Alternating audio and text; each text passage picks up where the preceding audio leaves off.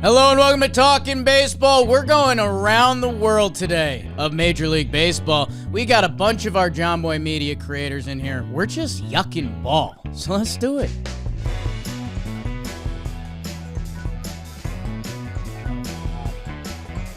Troy Melton. I'm taking a chance that he was right-handed. Clete Boyer. I don't think Clete Boyer had a side from the plate. I think it was just whatever he felt that day.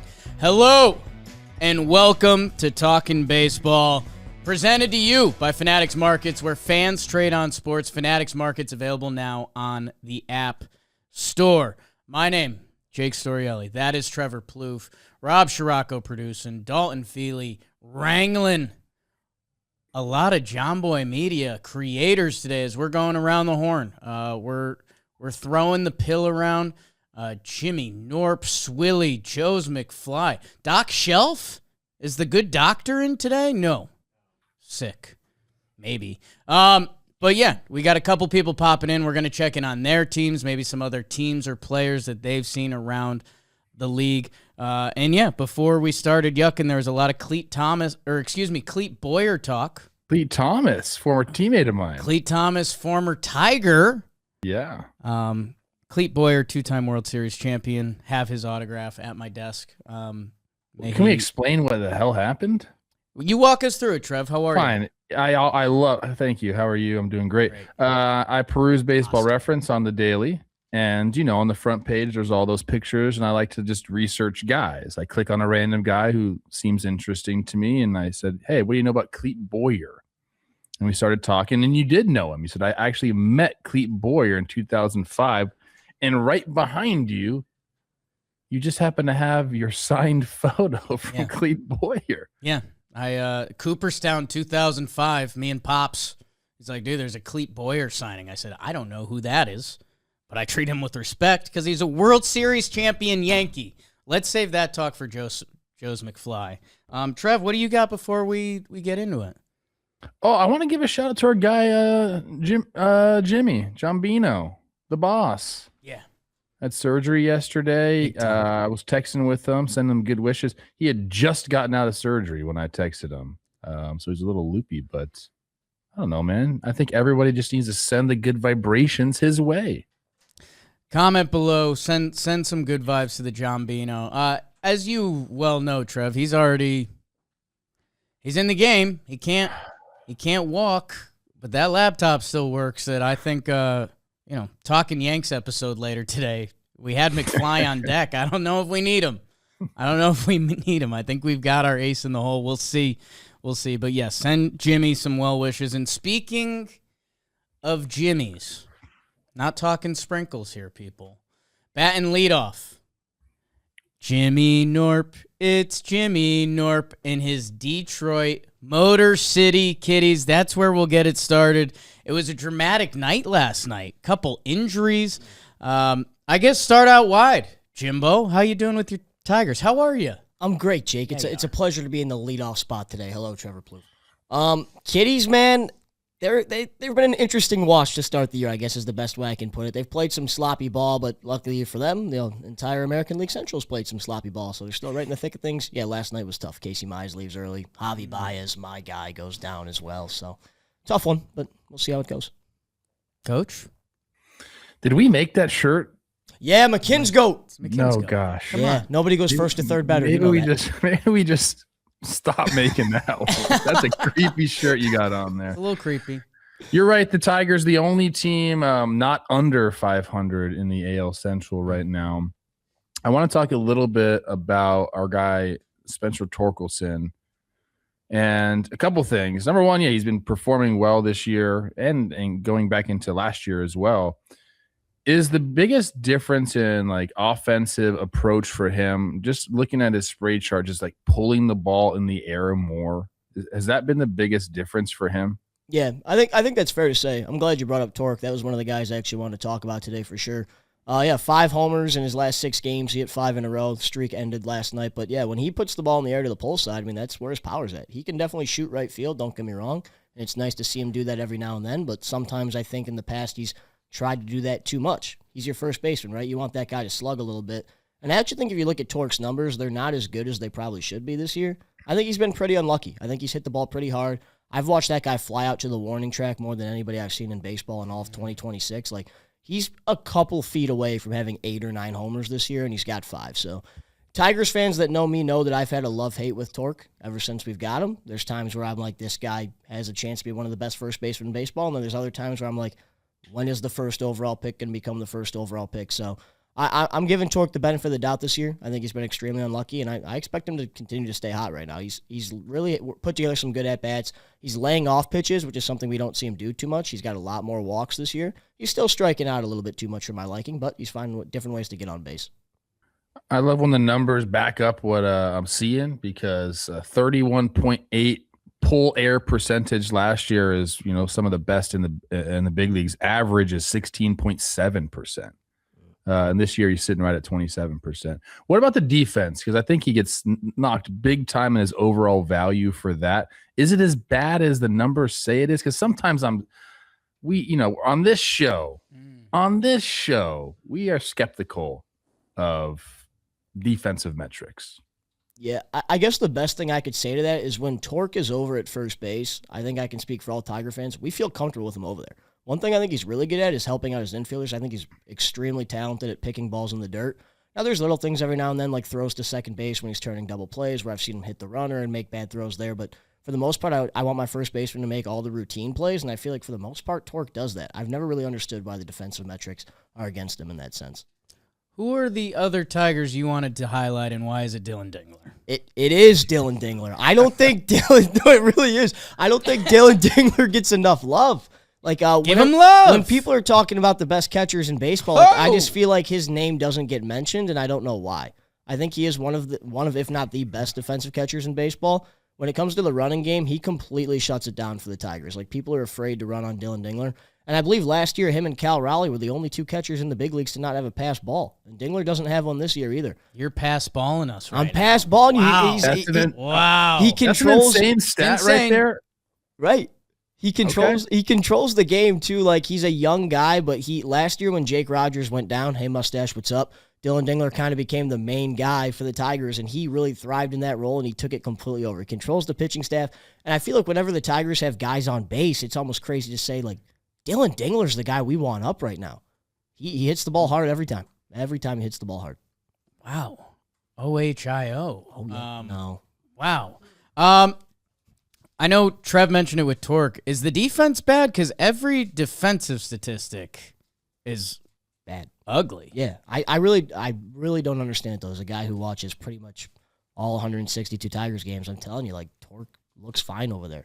He's not, I'm not going to call him one of the best defenders in baseball by any means at first base. No, but I'm saying the whole team. You got, again, defensive stats. It's not where we hang our hats, but when it's consensus, when it's they're 27th in DRS, they're 30th in OAA, they're 29th overall, like, yeah, seems like that could be an issue. No, I think that is fair. I think the Tigers' defense in general. Why is that? I think, one, it's a lot of guys playing kind of out of position. Javi Baez has played a lot of center field, which, I love that he's out there and he's willing to do it. But when Parker Meadows went down, that's one of the best defensive center fielders in baseball. And Javi just doesn't get to balls that Parker Meadows is going to get to. Kevin McGonigal, who's been great at third base, but, like, that's not his position. Gleyber Torres is not a great defensive second baseman. Kerry Carpenter in right field can be tough to watch at times for sure. So I feel like watching a lot of times. Yeah. He hits. Okay, the team. Yeah, he hits, but I feel like when you watch the Tigers, a lot of the times this year I said they've beat themselves, and the defense has been a big reason for that. When I watch the Tigers, it seems like what you said about Baez not getting to certain balls, the range isn't there, and that I think that does have a lot to do with guys playing out of position. The initial read off the bat, if you're not accustomed to playing somewhere, it's just going to take a little bit longer. So you're not going to get to those balls. If you're playing at a position you played your entire life, the reads come much quicker, the routes are better. And we're kind of seeing that throughout the big leagues. It's not just a Tigers situation. The teams that perform well with defensive metrics either have just crazy athletes out there, or they have guys playing at the positions that they grew up playing. So the Tigers, I understand that, because we are seeing that kind of throughout the league, where it's, can you hit?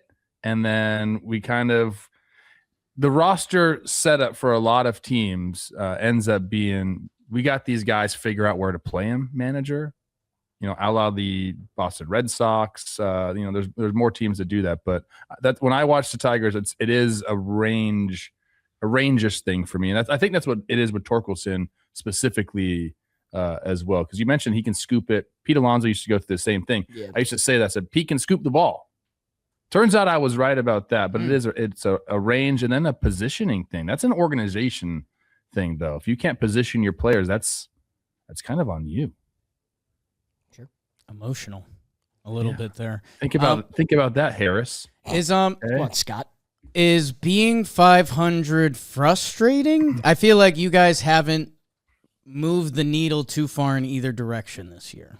Yeah, it's definitely frustrating. I think coming into the year, I think Tigers fans had a lot of hope that this had a chance to be one of the best teams in the American League, especially you think about the start that they got off to in 2025. Like, it was crazy hot. They were the best team in the American League for quite some time before blowing it at the end of the season there. So playing 500 ball, definitely not great. Like I said, though, we're lucky that we're in the American League Central. I still think this team's going to turn it around. Like, there's too much talent. The starting rotation's so good. The bullpen, which I thought was going to be the biggest strength, there's been some guys who have struggled in the back end of that pen, and I think they'll turn around as well. Offensively, I kind of said it coming into the year, too, like, we would have liked to added a big bat, but in my opinion, that's also what the trade deadline's for. Like, if you still have guys underperforming, the Tigers have struggled at the trade deadline the last couple of years. They haven't made that big move that Tigers fans want to see. This being probably the last year of Tarek Skubal, you hope that they go all in 2026. Are you even worried about... They have to go all in. Yeah, I mean... this year. Like, they literally have to do it.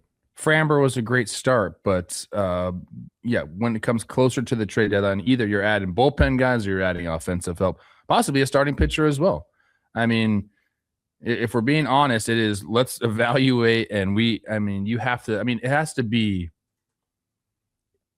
to be a major move. And I don't know what it is because we don't know who's available yet, but it has to be a major move. You can't go into Skubal's last year and keep him. Get a qualifying pick for him is what you're going to get, a compensation pick. You got to go all in. Agreed. It'd be a tough look for this fan base if we don't go all in. It'd be a tough look. Yeah. Who is Colt Keith? Colt Keith. Last time I think I was on this show, I think you asked me who I thought was going to have a breakout year for the Tigers, and I said Colt Keith. He got out to a really hot start this year. I'd like to see him hit against lefties a little bit more. They don't really let him do that, but I feel like every time he gets the chance, he's still putting together good ABs. Kind of like Trev was talking about a little bit earlier ago. Colt Keith is one of those guys where the bat plays a lot, right? But they never really have been able to find a position for him to play. They've tried him at second, hasn't looked good. They've tried him at first, hasn't looked good. And they've tried him at third, and that's looked really, really bad. So if Colt Keith can continue to find a way to improve a little bit on defense, his bat's been great, and he's putting the ball in play. When there's guys on base, he's the guy moving them over, getting them on, getting them in. But he needs to hit for a little bit more pop for us, too. I think that's something that we've talked about a lot as Tigers fans is when's Colt Keith? He's only 24 years old, but when's he going to take that next step and start hitting the ball out of the ballpark? When are some of those balls that he hits into the gaps going to get a little bit more carry, a little more wind beneath it and get out of the ballpark? But Colt's been good so far to start the year. Really, when the Tigers were struggling early on, it felt like him and Dingler were the only two bats we had going. And McGonigal. Yeah, okay, so let's do it. My favorite player is Matt Vierling. Love him. Shout out my guy. Jake's favorite player is Kevin McGonigal. Give the guy some love. I mean, we are all obviously watching what he's doing. It's a treat to see him in the box and kind of just his approach. So I guess talk a little bit about that. Then I want to know what you're seeing defensively with him. Yeah. So with Kev, I'm going to sound like a broken record here, honestly, but just watching his at-bats is so fun. Yes. Like, he doesn't strike out. I've watched him work so many 9, 10 pitch, 11 pitch at-bats before getting the pitch that he likes and smoking it somewhere and hitting it hard. He's kind of brought a spark that I think this team's needed. And his defense, too, at the age of 21 years old, has been probably one of the most impressive things to me. I know that he's played a lot of third, but when he plays shortstop, which has been rare because Javi's got a lot of run at short, when Kevin McGonigal's played shortstop, it gets you really excited about that 8-year deal that he signed because he's going to be the shortstop for this team for a long time. His arm strength's crazy. He's got great range. He makes all the routine plays, which is all I can ever ask out of my shortstop. So Kev has been the guy that this team has needed him to be, and we put a lot of pressure on him, right? He's hitting the leadoff spot for this team. He's hitting third a lot of the time for a team that's supposed to contend to win the American League Central, and he's stepped up in a big way. I mean, there's nothing bad you can say about Kevin McGonigal right now. He's been the perfect player for this team. Leads the American League in B-WAR. Same amount of walks as strikeouts. He almost went yard call in Atlanta last night, and it didn't look like he hit it well. I was like, if that gets out, he's already a problem. But at 21 years old, once he gets those, little man muscles come in. Like me and you. Just wait, yeah. A lot of people see a young me and you. Yes. Is that right? Is that? Okay. All right.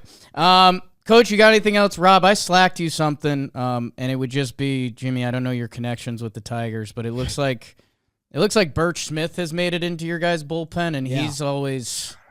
Look, I'll tell you what, I don't think he's got the locks on him anymore. He doesn't. And, hey, shout out and some love to Birch Smith. But, yeah, one time he came into a Yankees series looking like that, and me and Jombino were not ready. So, I don't know. Something to look out for. It looks like he's throwing a couple good outings for you guys. I mean, the young man Birch, that might be a problem this year. Holy. What do you got coming up, Jimmy Knorp? JM Warehouse, a lot of stuff still going on there. Warehouse Challenges, go follow us there. TikTok, as always, Jim Lincecum. If you're a Tigers fan, I break down every game after on Jim Lincecum. So, yeah, that's what I got going on around here, Jake. Jimmy Knorp. Let's get my guy Jay Flair going, okay? Oh. Yeah, we need. Hey, with Casey Mize going down, too. Need how him. long that's going to be, but, yeah, need Jay Flair to. He's in love. He's engaged. You need to stop walking, guys. Agreed. Don't beat yourself. Go at him. Don't beat yourself. Go at him. Jimmy Knorp, thank you. Thank you, guys.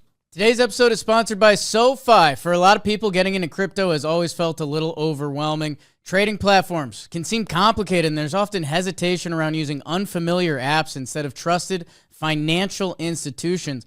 That's where SoFi comes in. SoFi, the first nationally chartered bank where you can buy, sell, and hold cryptocurrency, all from one simple, easy-to-use app.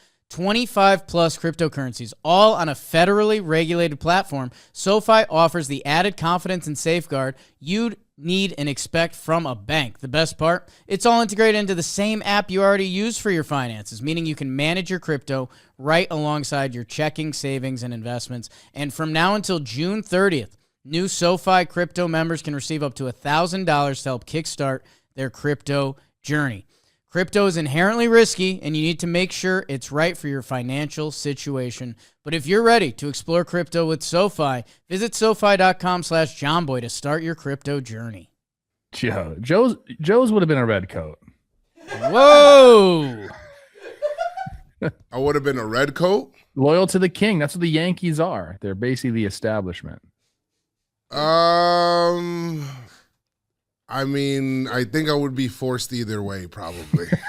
I don't think there's no choice. I don't think there's a choice on my side. Ladies and gentlemen, a man that needs no introduction. I think we keep that in. I think that's the good stuff on Talking Baseball. It's Joez McFly. Joez, how are you? I'm doing great. Why are you doing so great? Why do you got a big smile on your hat with that Yankee hat on? Big smile on your hat? Yeah. I got the best team in the American League right now. With the best record. One of the best starting pitching and more pitching coming. I mean, they got I don't want to jinx anything because, but, starting pitching is very hard to find. It's been very hard to find. And for the Yankees, it's plentiful right now. So I'm really excited. Well, I think we start there. What happens when everyone comes back? What are we doing? Is this a situation where listen? I think that's I'm saying it's a good problem to have, but it is a problem.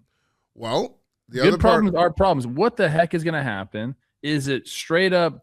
We got a couple guys go to the bullpen. Maybe somebody gets sent down to 3A to keep the length and be ready in case injuries, or are we looking at like a surplus area that we can trade for an area of need? Like, is that even in like the stratosphere of what could happen? Well, I'm glad you asked because for me, it's a great spot to be in right now. Everybody covets starting pitching, and the Yankees have it. And I think right now they've got options. Elmer Rodriguez is coming up right now, and I think I don't think it's a showcase, but I think it's more of like we can go ahead and we can do this here. They said that Rodon's going to be 2 more starts, and you know that Rodon and Cole are for sure in the starting rotation, and then you got Fried and Cam Schlittler is like the next coming of Skeens. right? Like, Whoa. you look at the numbers this year; they're very comparable, if not better. Yankees broadcast was going hard on him and DeGrom comparisons. They were facing off, but they were like kind of late bloomers. DeGrom was a shortstop. Schlittler went from throwing 90 to throwing 100, which that's been a big change in his game. Yeah. Then you got Warren and whatever else is happening after that. I think what you do is, obviously, Rodriguez, the people with options, you're going to be able to send down, and I think other people can work in the pen better, which the Yankee bullpen is the other part of it that needs help. Like, they need help because I currently don't have, I can't really find too many Yankee fans that have a lot of confidence. I mean, just yesterday, they had jams in the 7th, 8th, and 9th. And if it wasn't for a Judge homer, we're probably still playing that game right now. Maybe. Not. The game's probably done. It's probably but done. it might not have gone the Yankees' ways. Well, you guys don't know when we're recording this. Trev, you keep rolling. I mean, I lucky to talk Yankees with this guy every day. You guys do get to talk a lot. I guess talk about the starting pitching. You touched on the bullpen there. Luis Heel to the bullpen seems like a plausible scenario later on in the season. I understand that. Is this a team you expect to go make moves at the deadline? Like, is it and what kind of moves can you expect Cash to make right now? Yeah, this team is definitely primed to make moves. I think Cashman's always looking to make a move. Right. I think What's now. What's like the last big move he made during a season? Is it just Jazz? Was Jazz in the middle of the season?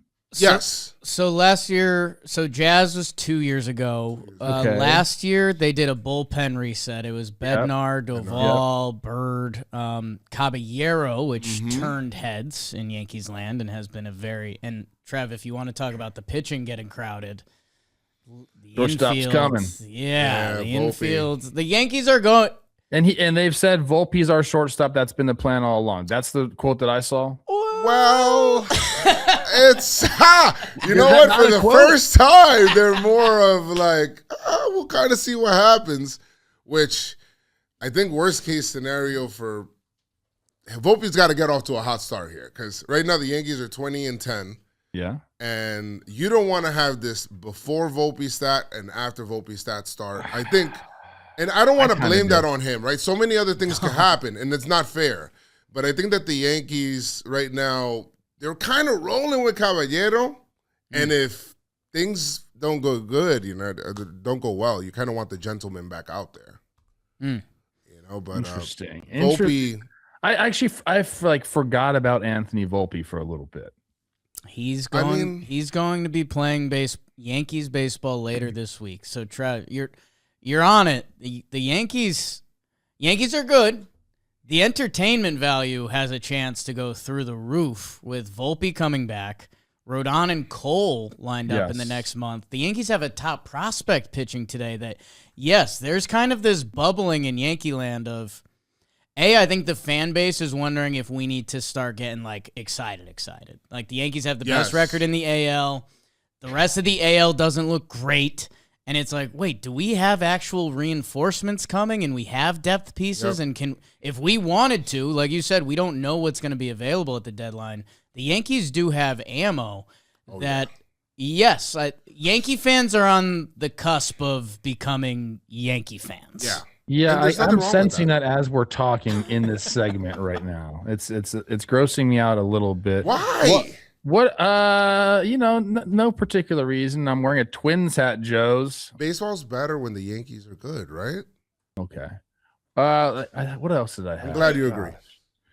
I keep hearing about all these big hitters. Spencer Jones, right? That's his name? Yes. Yeah. The Aaron Judge kind of wannabe, but then he turned into Ohtani wannabe, right?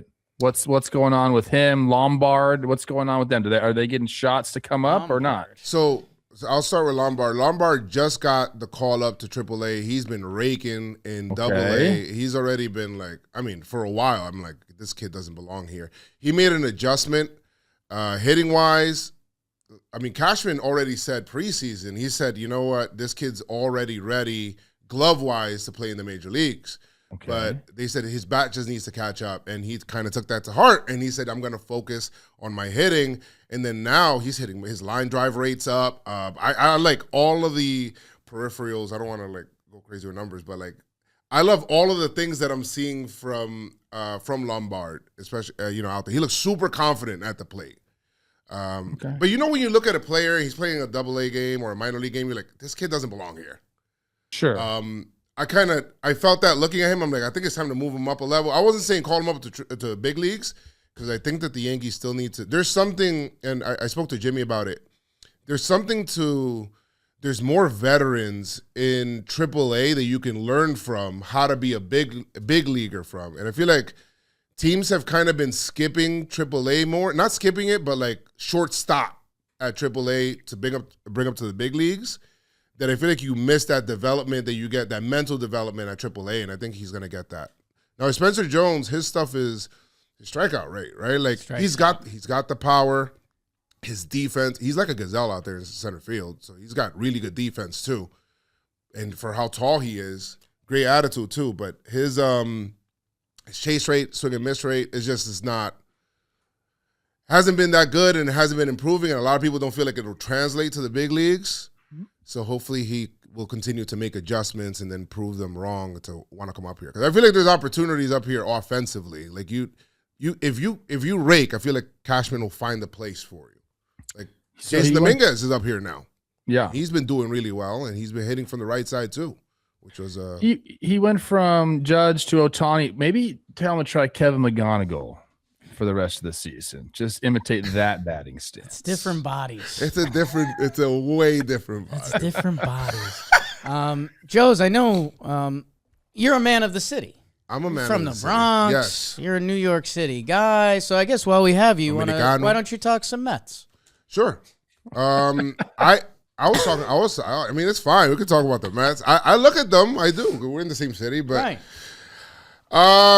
I don't want to say I feel bad for them. Oh. Because nobody feels bad for anybody in baseball. But, like, I mean, injury-wise, I was looking at yesterday, like, the news wire, and I'm like, Soto and Senga, and then I see Luis Robert. I'm like, what's that about? Then they're losing a lot, and then that's tough for them. Got to make sure I reiterate that. But just looking at it, it's like there's something weird going on, man. Like just when Soto comes back, Lindor goes out, and it's like it's just a weird situation happening over there with the Jolly Olives. I know. And every once in a while, you get a sweet Mark Vientos Instagram post, though. Yeah, I like Vientos. A lot. I met him at the WBC. You want him on your team? I mean, WBC. That's an interesting one. Ryan McMahon or Mark Vientos? Go. Well, he's playing. Well, Vientos playing first now. No, I know, but he can play third. He's a corner guy. He can, but I'm probably taking McMahon. Okay. Yeah, and I knew you were going to say that. I'm just trying to get you to talk nicely about Ryan McMahon. Yeah, I like Ryan McMahon's defense. Ryan McMahon's got some okay splits right now. He can hit. If he can hit, I'll be happy. He doesn't need to do much to get me really hype about him. All he needs to do is hit. If he hits like 240, right? We love that. I'm saying that hitting in the big leagues is not hard, right? But like, it's hard. It's obviously hard. The Mets stat page is horrible. Oh, we don't. I can't believe how bad it is. Yeah. I mean, I guess if we want more optimistic news, do you want to talk about the Red Sox real quick? I'm very happy with what's happening with the Red Sox impartially. I just want to let you know, like, I think that I know that water under the bridge or whatever, but I'm going to bring it back up, all right, with a bucket and throw it. Mookie Betts should still be there, all right? He should have never left, okay? And you reap what you sow, bro. Like, you can't let go of him. He's a cornerstone player. When they let him go, I'm like, okay. You know, that's a guy you don't want to face. And they're letting go all of the people that I don't want the Yankees to see. Devers, Mookie Betts, Bogarts would kill the Yankees. Cora, Bregman. It's like, thank you. Maybe. Hey, I have a theory. Maybe Henry's a Yankee fan. No. Hey! Who's to say? Are He's you doing saying everything that benefits them. you are outsmarting Craig Breslow right now, who went to Yale. They didn't even go after Max Fried, which is weird. More teams should have gone after Max Fried. Because that guy. We don't even don't even get into that right now. We don't have enough time to talk about Max Fried. Soto goes to the Mets. The Yankees get Fried, Bellinger. Yeah. Kind of nice. Joez McFly, where do the people see you next? What do you got going on? Oh, well, I'm going to be starting a new, kind of like Around Baseball series where I'm going to be looking around just different Latin players around baseball and just focusing on them and some of the better Latin players and all of that. So I'm kind of gathering info, and there'll be a video coming out for that on my channel, Joez McFly. And I'm doing streams too. I'll do watch-alongs and gaming and all of that. So we'll be there. Don't forget about the Twins Latin players, okay? Oh, no, I won't. Yeah. I won't. He won't. I won't. Thank you, Joez McFly. This episode is sponsored by SeatGeek. The MLB season is here, not to mention the NBA and NHL playoffs, even the World Cup coming up this summer. A lot of talk about that, which is why we want to give our sponsor of today's video, SeatGeek, a huge shout out. 35 milli downloads. Yeah. SeatGeek is the #1 rated ticketing app and MLB's official ticket marketplace. Scale of 1 to 10. If you got that figured out, you're good. Green, good, red, bad. You now know how to use the entire app to find out if you're getting a good tickie or not. And it can be an even better tickie when you use code TALKIN2026. That's going to give you 10% off your next set of tickets at SeatGeek. Doesn't matter if you've used the code before, if you have the app or you don't. Download the app, add the code TALKIN2026, and save 10% off your next set of tickets at SeatGeek. We are joined by Padres superfan, making his Talkin' Baseball debut. Warehouse body, runs Jimmy's and my social, so scared of what goes on in there sometimes. It's Ryan Cohen. Honored to be here. And the second place San Diego Padres, second best, third best team in the NL. In baseball? Yankees got us now. Easy on that. Easy on that. Hey, they've been good. They've outperformed what I hoped they would do in the month of April. Yeah, you think they're 19 and 10. Yeah, it's a good month. It's a good month. What do you want to see more of from the boys? I want the top 3 hitters to play like superstars. Fernando doesn't have a homer yet. Machado has looked better the last week, a little banged up right now, and Jackson Merrill hasn't gotten hot yet. The depth in the lineup has been phenomenal. The bench has been great. The starting rotation has been passable, and the bullpen has been incredible. That sounds like the Padres in a nutshell. You crushed it right there. My guy Ty France playing a little 3B action. Oh, He's got like 1,000 OPS. He's been incredible. He does. He's just a hitter, man. I used to love going in the cage when he was with the Twins and just kind of watching him do work because he wasn't about he just flip me some balls. Let me hit off the tee real quick. It wasn't anything groundbreaking. He's just a hitter. I think shooting that ball to right field. You look at the April 2025 Padres versus where they're at now. It was Jason Hayward, Martin Maldonado, Yuli Gurriel, Tyler Jose Wade? Iglesias, Tyler Wade. That was the bench. And this year it's been Castellanos hasn't been great, but Andujar's been good. Sheets has been good. France has been good. The depth is a lot better this year than it was last year, and I think that's been the biggest difference. Campusano? Dude, yeah. Yeah, well, so there are 4 guys that A.J. Preller has kept. He trades every other prospect. There are 4 guys on the team right now that he kept. Fernando and Jackson Merrill came up, superstars, rookie of the year votes, all-stars, slam dunks. Adrian Morejon came up, struggled for a long time. Yeah. Finally had his big breakout last year. He was one of the best left-handed relievers in the game so far. Campusano's the other one. In 2023, he hit. 24 was a tough year. 25, Mike Schilt just said, "You're not playing, buddy." And he didn't get a single hit in the big leagues last year, despite being the best hitter in AAA. This year, finally gets a shot under Craig Stam, and he's been great.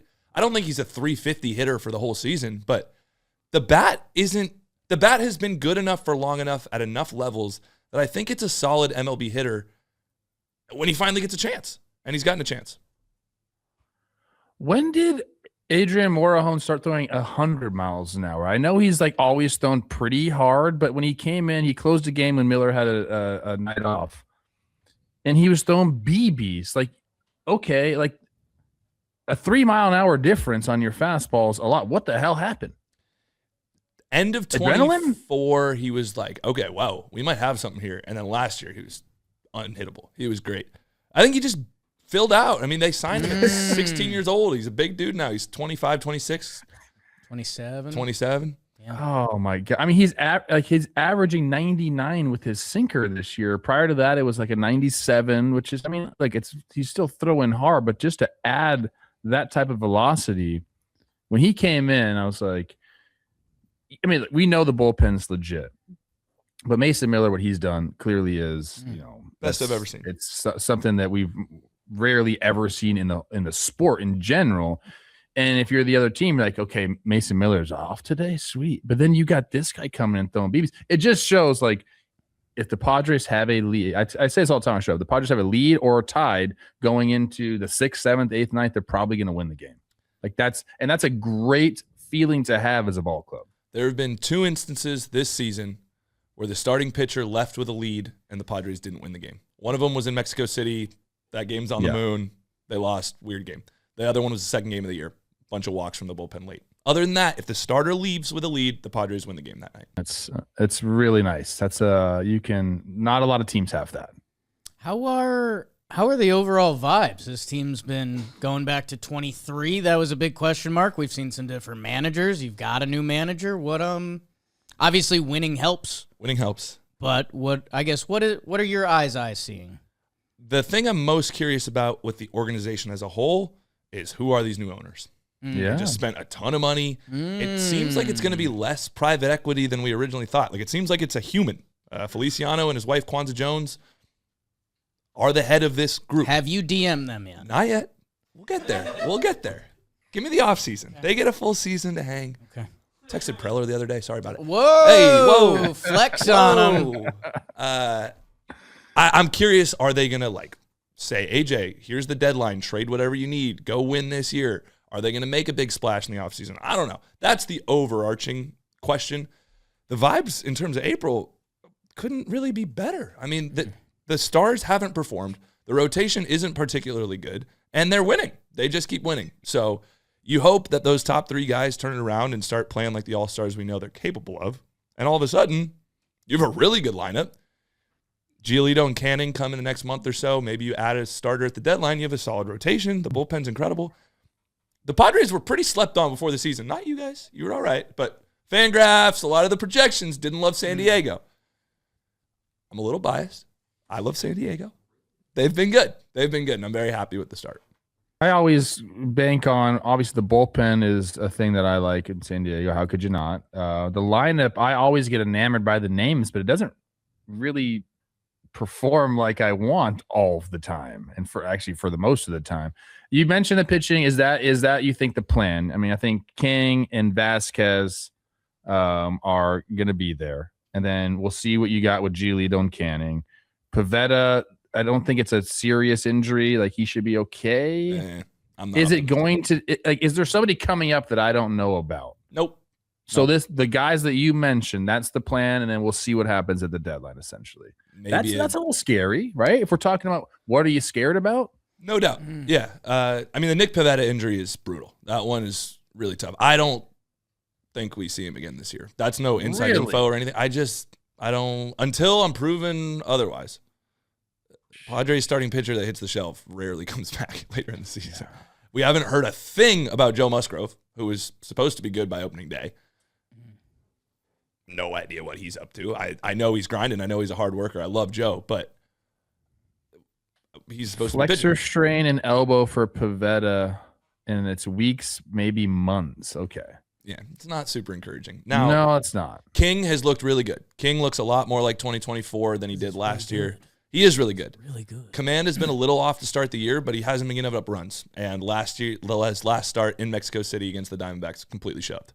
Said Diamondbacks, his Dalt's to my right. I just want to make sure he knew it was against the Diamondbacks. I think it was against the Serpientes, actually. I've got this is just talking baseball, deep cuts. We're talking Padres prospects. Ethan Salas, the 14-year-old catcher, is now at AA. And on his AA team with him, who's playing well, Carson Dookie Tucker. Yeah. Carson Dookie Tucker. He's throwing on the gram his triple that he hit. I in the saw game. that. Yeah. OPS starting with the 8s, hitting 300s. I'm a little baseball About time, reborn. man. About time you got back in there, I mean, this Carson. is just us because we love Cole and Dookie. And Quinn, the Tucker Bros. Shout out. And you said you're kind of rooting for this Dodgers team. You kind of like them this year? I've really enjoyed watching the baseball fans take in Dalton Rushing. You know what? I'm turning the other way on Dalton. Be a heel. If you're a heel, just be the heel. It's funny. How do we get him- another one? Every morning I open Instagram and it's the world versus Dalton Rushing. That was last night. It was the umpire versus Dalton. Didn't give him timeout when he wanted it. And did he give Which him is timeout? mad. What's that? I watched the video once through. Did he give him timeout? No. Okay. Well, he said timeout, and the umpire goes. Yeah, I saw then- the umpire kind of acknowledge. And then I don't rang know. him up on a pitch clock violation. Okay, this is what I saw. Yeah. I don't know. He already kind of had 3 strikes going into last night, and now it's all happened over 2 weeks. The Dodgers have not been heelish to me. I keep saying that. I know they win a lot, but they don't have like players that you hate. Really? Who do you hate on the Dodgers besides now I'm- Dalton I'm- Rushing? I'm- Yeah, I'm- you're asking the wrong I'm in a guy. public forum. I have no wanna comment. know. Okay, great. Who rubs you the wrong way on the Dodgers then? Like, who's the guy that you're like, I can't stand him? Not because he's good at baseball, but for like, I don't know, his attitude. He would name the whole Yeah, team, yeah. Trev. He would No, that's not start true. I wanna with hear- Shohei. I want to hear it. I don't Name a guy you don't like on the I get Dodgers. enough hate on this. The Dodgers are a very good baseball team. Okay. They're really I don't- good. I think the Dodgers want to be the heel, and they're just not. I think they have a lot of guys who are very good at being passive aggressive through the media. Okay. They say things that are kind of like annoying, but they say it in a nice enough way that it reads as a Well, fun you quote. hate Dave Roberts. Just say it into the mic. Dave Roberts, I love him so much. He was my Little League coach. Legend. He's like the nicest guy in the world. I'm still buddies with his son. I text him like every day. But I hate the Dave Roberts with the Dodgers across the front for sure.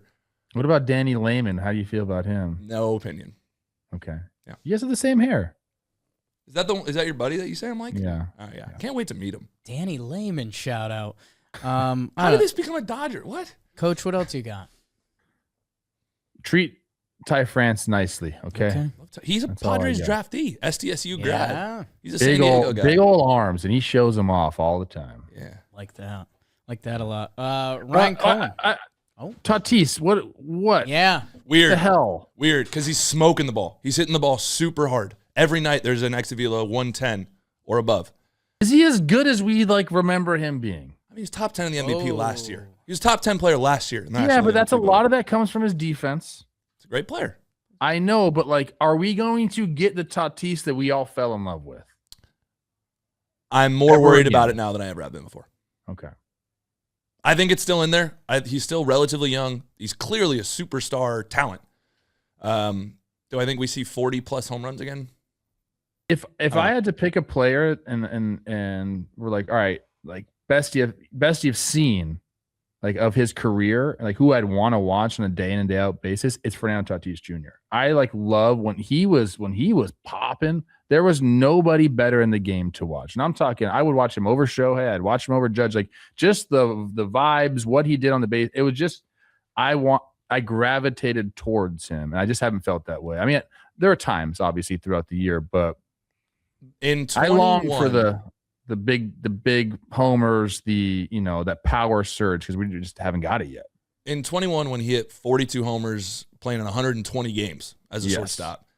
And he was the king of the world. He had just signed the big extension. He was the up-and-coming face of the fun young Padres, and it was great. Everything goes down in 2022, and I still think he's been a very, very good player since he came back. I don't know that he feels as loved as he felt before. Oh yeah. And kind of understandably so. And I'm not a body language expert or anything like that, but I love Fernando. I'm rooting for Fernando. He's awesome. I think he needs like the big playoff moment or something to where he just feels completely loved in San Diego again, because we do still love him. I just don't know that he feels it every day. I think we talked about that on the show when all the PED stuff went down. I said it's very hard to come back and he did. He seemed like a guy that really fed off fans' energy and just the game in general. And that'll you're not gonna be perceived the same for the rest of your career. And how do you handle that? And all right, okay. Ryan Cohen, you're part of Warehouse Challenges now. Warehouse Challenges, check those out. Where else do people see you? JM Baseball, if you like baseball trivia. Yeah. Have a lot of fun over there. Okay. Twitter, Instagram, all that. Mason Miller, that's the last thing I want to say. That dude. He looks good. Unbelievable. He looks sharp. Ryan Cohen, thank you very much. Thanks for having me. This was a lot of fun. Big fan of the show. We can start the actual show now. It's Talkin' Baseball today. It's Chris Rose, the original Thunder Down Under, with his new Aussie infielder, Travis Bazana. How you doing, Chris Rose? I'm hanging in there. The voice sounds a little raspy. I've been fighting something the last 72 hours. So sucking on a lozenge, trying to cut through this, but I'm here because I love you too. Wow, a grinder.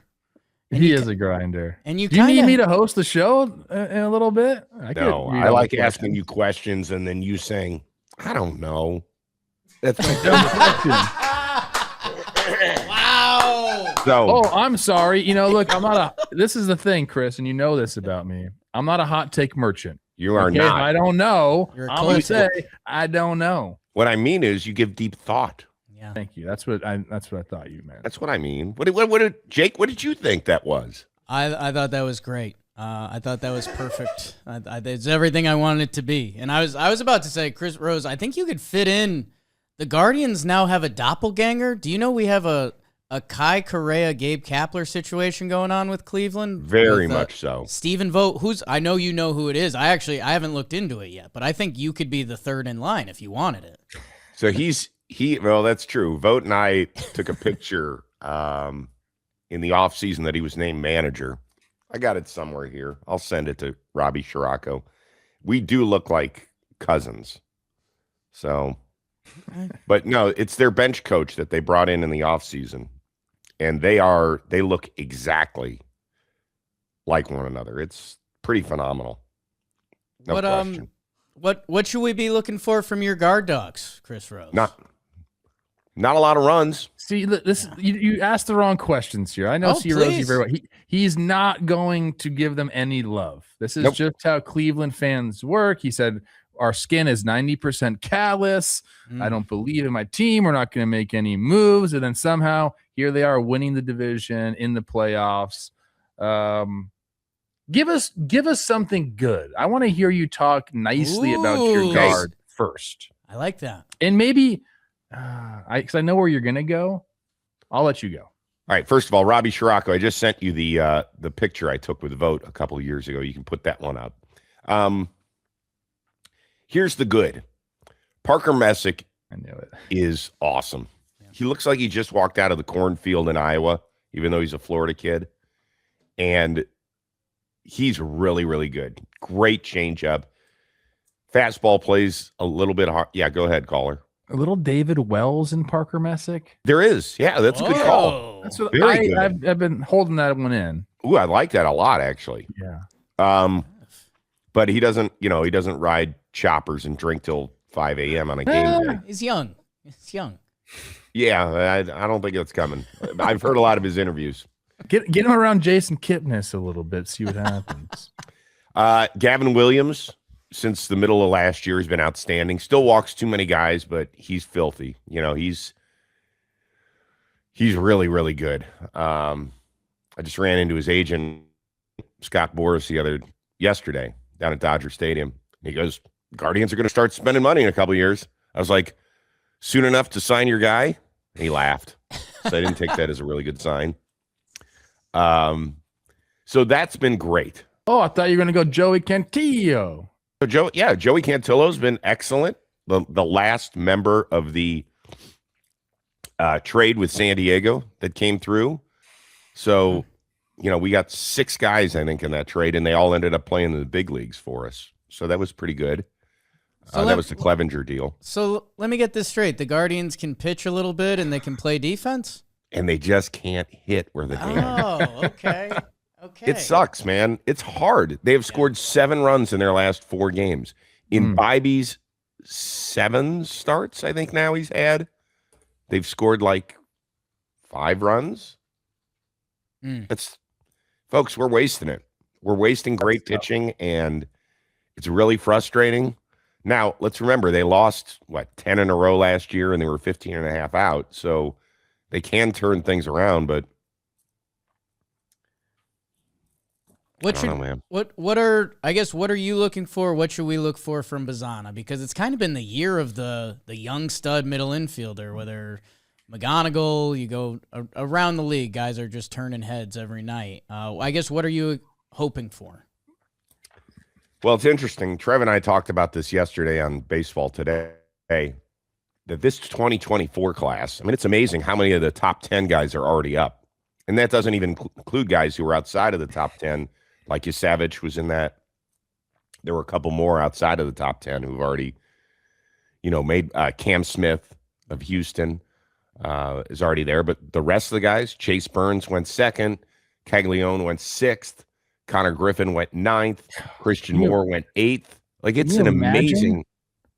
What's that? Connor Griffin on your Guardians. I would just love to see you dude, talk about him. Well, this is what I'm talking about, is that the Guardians have a type. Like, if they were on a dating app, they would only go for dudes that are 5'9" and no more than 185 pounds. So, Storiali, here, you want my hat? Right on the border ball. right in between. I'm more Brewers. You got to bring it down 1.5 inches, and I think that's right in the I don't know if your spot. defense is good enough to play for those teams. You're a banger. You're a banger. I also, because I left him out of the young middle infielders before and the 2024 draft class, JJ Weatherholt keeps rolling, and McGonigal and Connor Griffin and everyone else keeps getting mentioned before him, and they kind of shouldn't. He's great. No, you're right. But McGonigal, I don't think was in that class.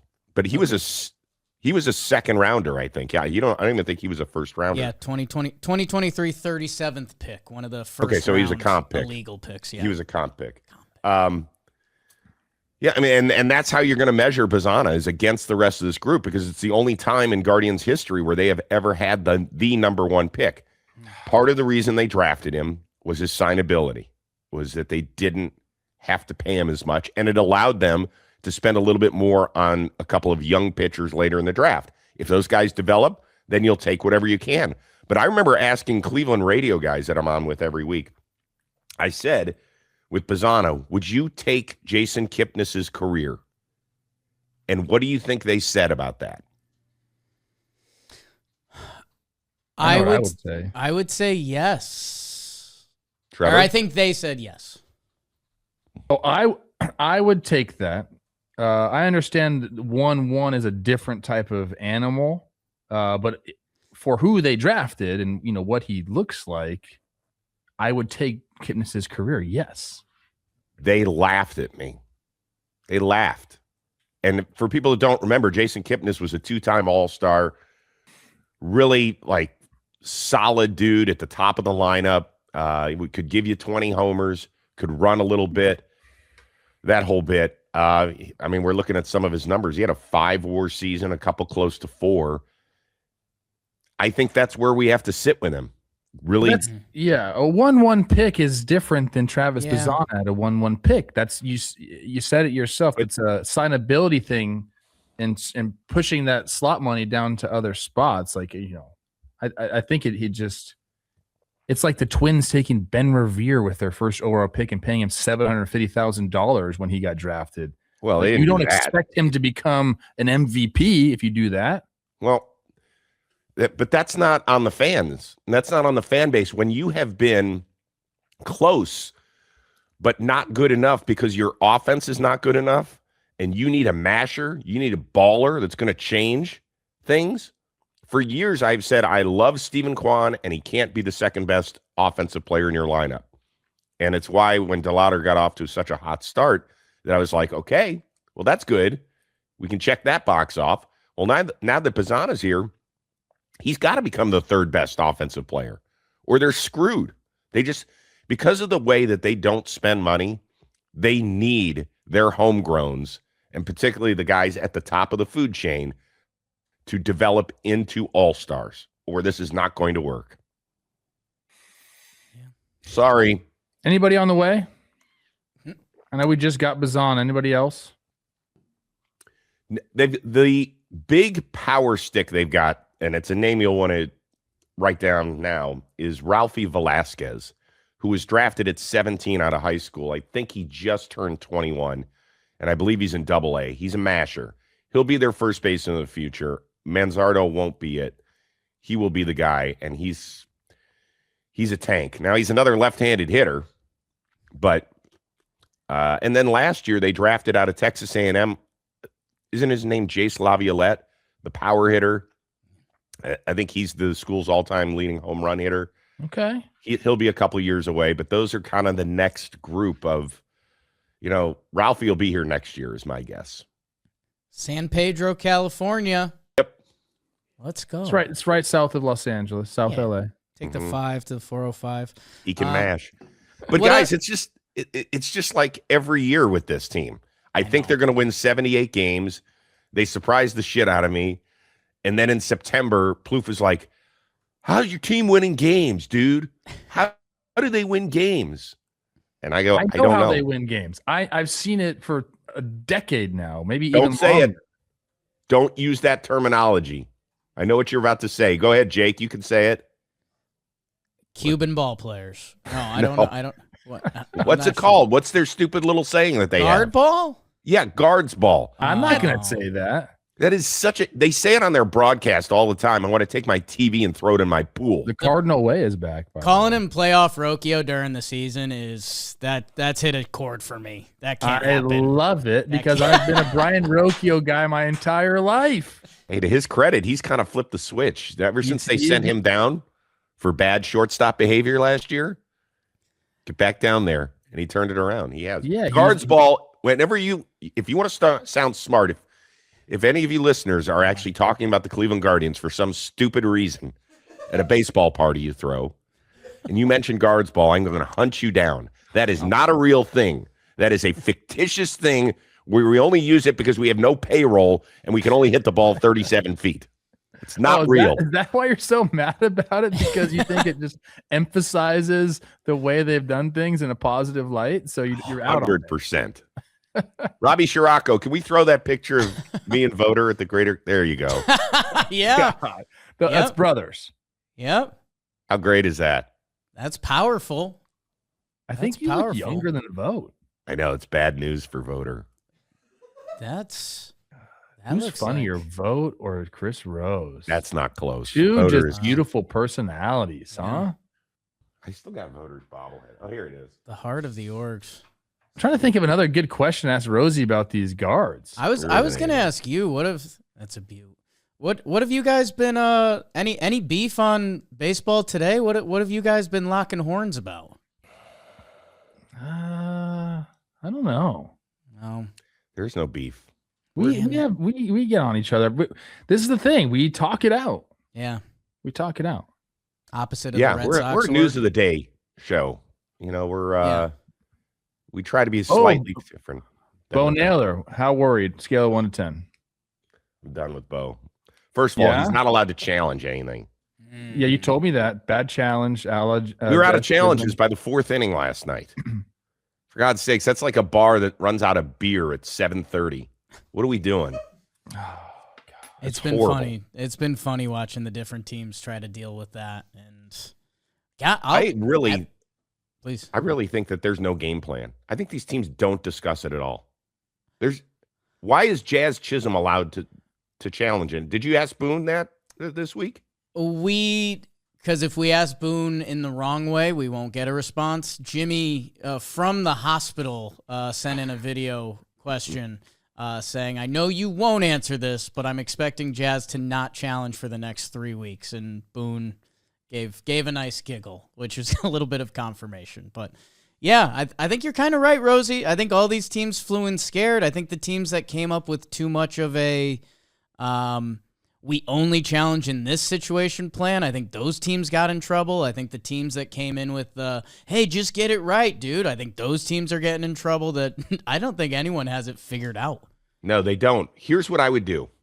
I would set up almost like a job chart in the locker room. Okay? Pitchers are you're not even allowed Pitchers to play. are out. They're never allowed to jump. You're not a member of the team. So I put the catchers in their own category and then everybody else.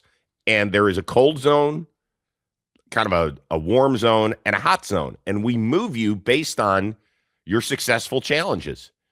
And if you go all the way to the cold zone, you can only do it. You have to be allowed because you have to work your way out of the zone at some point. Okay. You're only allowed to do it like once a week or once every other week, however we figure it out. And then warm zone a little bit more, and hot zone, like you're a daily player. You get to play until you fall to the warm zone.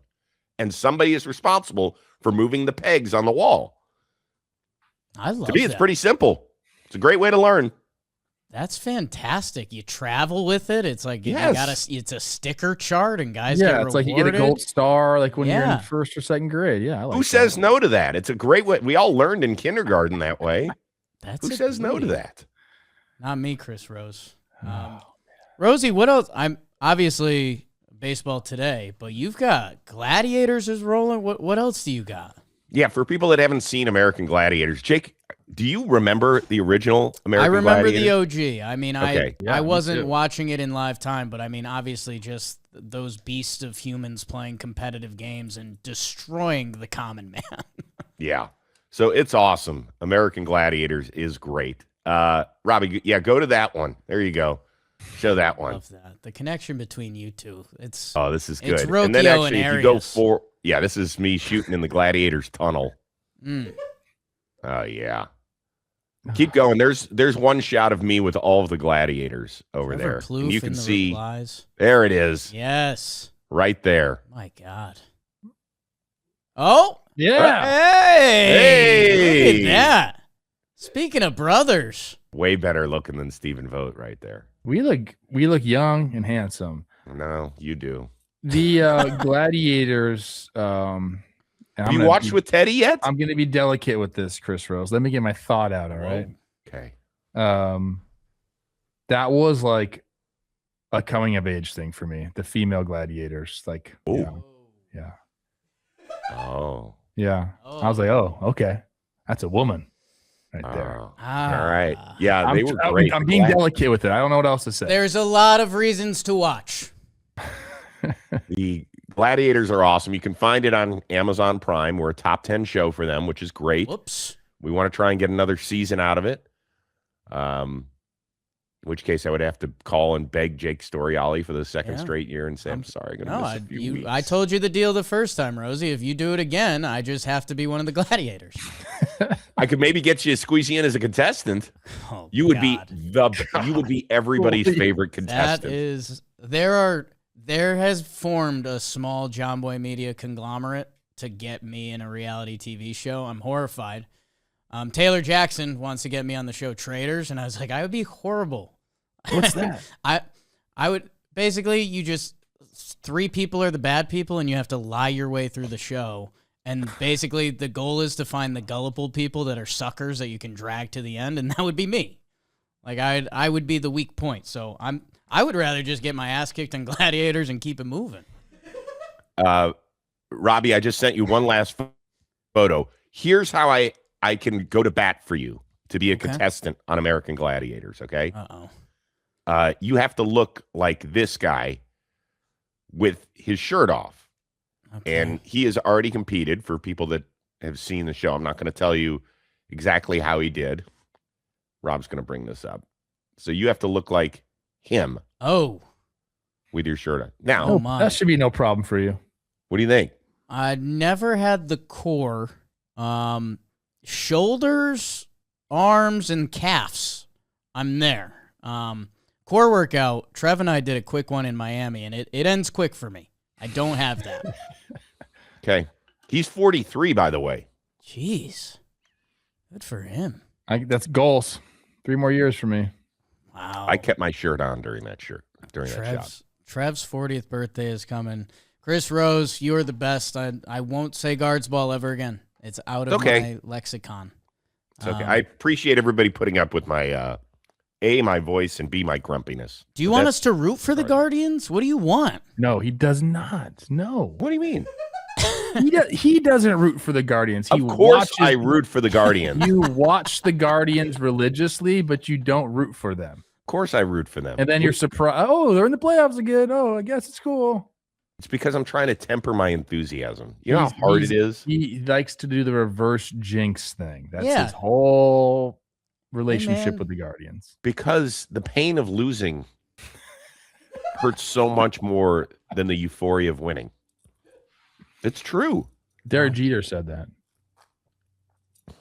And that guy won 5 times. Connor Griffin could have been a Guardian. Okay. All right. We got to stop it there. Chris Rose, thank you so much. You're the best. Today's episode is sponsored by Best Western Hotels and Resorts. Life's a trip, so why not make the most of it? With over 4,000 hotels worldwide, Best Western is there for every detour, destination, and unexpected turn along the way. A great stay isn't just about where you sleep, it's about where the journey is taking you next. And hey, if you stay 3 nights at Best Western, you'll receive a $50 gift card to use for your next stay.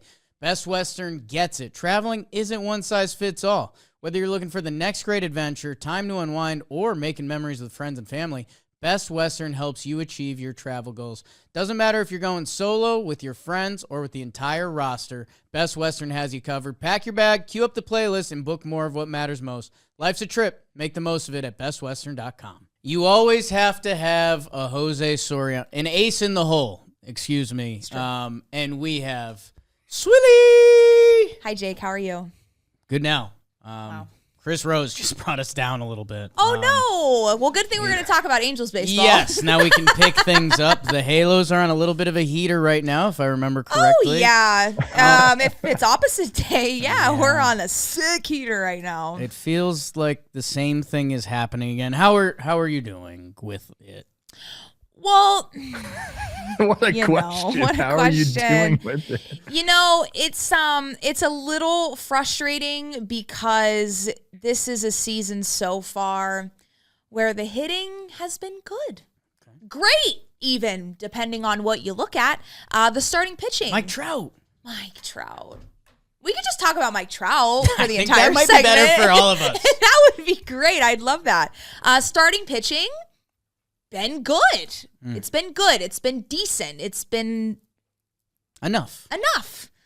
Okay. And now for the 5th year in a row, we are just realizing that Perry Manassian cannot build a bullpen. And, you know, you can't be relying on guys like Jordan Romano and Drew Pomeranz to close out games. It's just, it's frustrating because I feel like we really have 2 of those 3 pieces this year. And somehow we are 12-19, and we have 7 blown saves already this year, and it's not even May. So, the guys that have finished games for you, Jordan Romano, Drew Pomeranz, as you mentioned, and Brent Suter. We're talking. I mean, all have had success in the big. All have had success in the big leagues. Yes, in the past, yes. So I feel like I've played against these guys. That's not what you want. Like not 40-year-old Trev. You don't want that. No. Kirby Yates, No Robert Stevenson. Well, see, Robert Stevenson threw a few more pitches in the minors, and now he is shut down again. So he might not even throw 10 innings for us in this contract, which is nuts. Crazy. Yeah. So, you know, I mean, I guess where do you guys want to start? I mean, it's so weird because there are so many times where I do feel like I'm having a fun time watching this team. Okay. Like you said, Mike Trout is such a joy to watch. Jose Soriano has been awesome. I really want to highlight Jack Ahanowitz at one point. Yes. Jorge Soler's been fun. Peraza's been good. Like there are bright spots, but then once the starting pitcher comes out, it's like, well.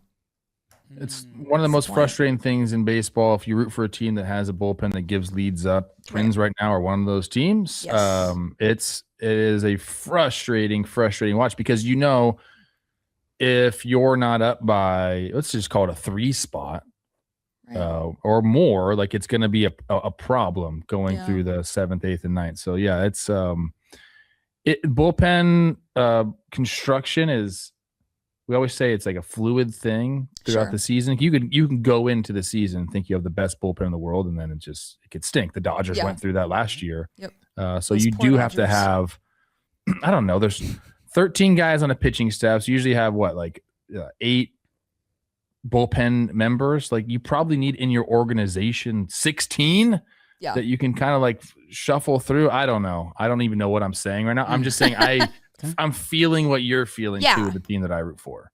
Yeah, it's tough. And there's just not really many guys like in our minor league system that we can call upon. Like we can, but they're like bait, like they're young. And it's like you can't like putting all this pressure on a guy that's like 21, 22. Like that's not fair. Like that, I don't know. I don't know. Ask. Who were we just talking about? Oh, Roman Anthony. Young Roman Anthony. A lot of pressure on. Been out recently, or has that stopped? Young, talented ball player. A little back stuff, but. Back, I meant like out. Back and back. Like at the bar. What, Sorry. Okay, so what's next? Are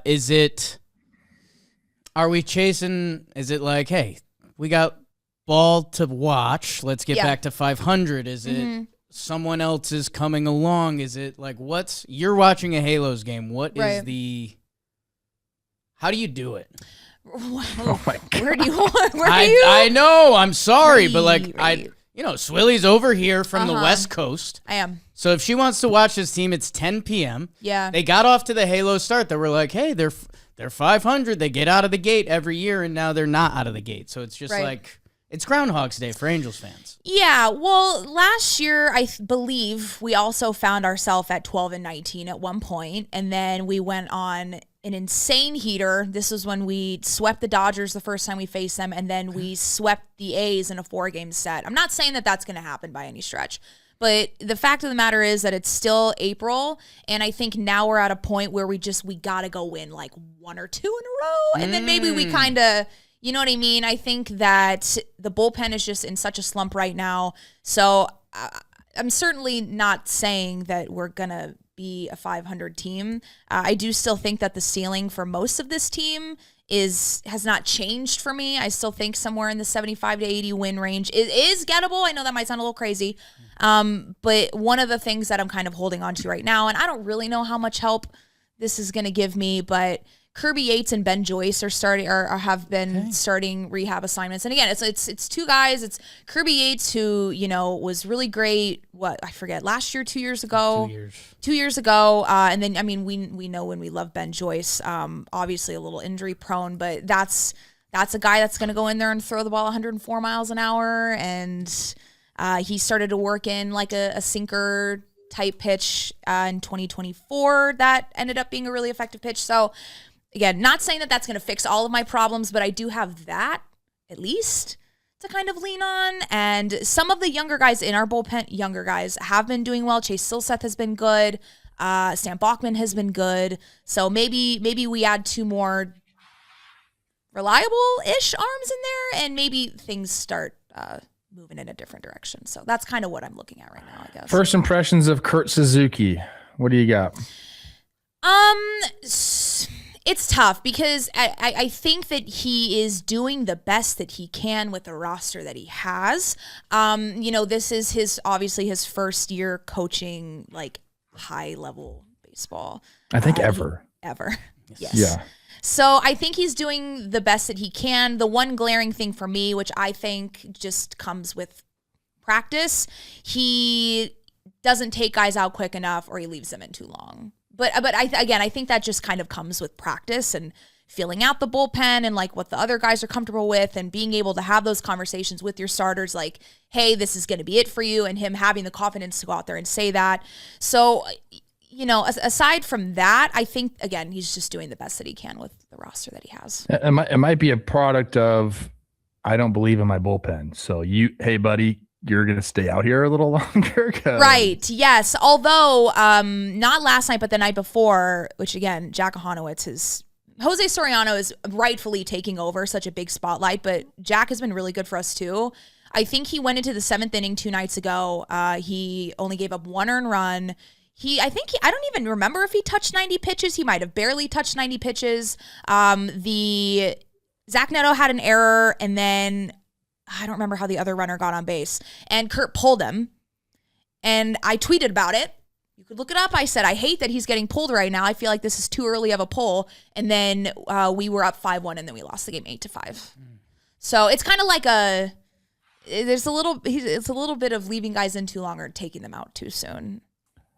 I just did a little Jose Soriano baseball reference page transaction log. I knew he's been an Angel his whole career, but he was actually Rule 5 by the Pirates. That's right. Mm-hmm. And then returned to the Angels about a year later. So can you imagine him on the Pirates right I now? know. Yeah, that would actually be. God. Bullet nuts. dodged, Perry. Yeah. I guess he probably wasn't there at that time, but It's like already had a good season. 2.7 B-WAR, 0.84 ERA. Yeah. That'll work. Crazy. That'll work.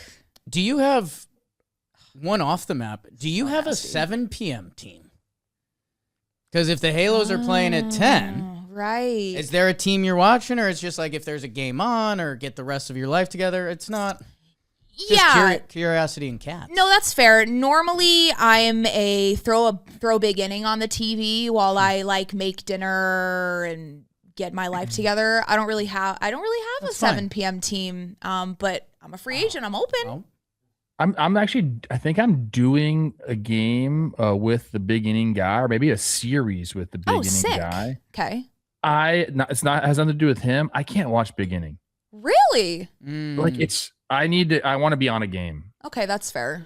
I like to I don't know. It's difficult because, I need to watch as much baseball as possible. So big inning kind of helps with that. You get to see a bunch of stuff, but I think I get brain overload. That's fair. My eyes are pointing 3 different ways. I don't know what to watch.